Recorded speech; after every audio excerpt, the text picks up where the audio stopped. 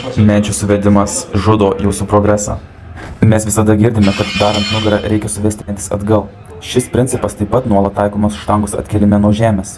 Tačiau ši informacija klaidinga. Leisk paaiškinsiu. Iš tiesų, mentį suvesti atgal už savęs yra labai sudėtinga dėl jų anatomijos. Mums atrodo, kad mes su ją suvedame atgal, tačiau mentis yra suvedamos atgal ir šiek tiek į viršų.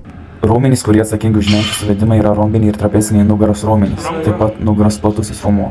Šie raumenys veiksmo metu dirba kaip antriniai stabilizatoriai, panašiai kaip žasto dvigalvis. Šio veiksmo antagonistai – didysis sėdmens raumuo ir nugaros tiesusis.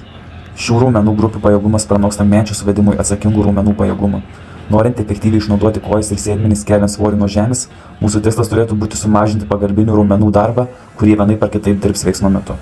Į tai įeitų riešo suėmimo atpalaidavimas, rankų ištiesimas ir menčių atpalaidavimas. Atpalaidavus suėmimą dilbį įsidarbins tik tiek, kiek reikia, kad nulaikyti svorį. Menčių nuleidimas depresija leis nugaros raumenims įsijungti tik tiek, kiek reikia, kad palaikytų nugaros viršų ir pečių juostą stabilų veiksmo metu. Taip pat šie patarimai padės įgyti aukštesnę pradinę poziciją, kas padės išlaikyti labiau vertikalią nugarą veiksmo metu ir sumažins papildomą krūvį nugaros apačiai.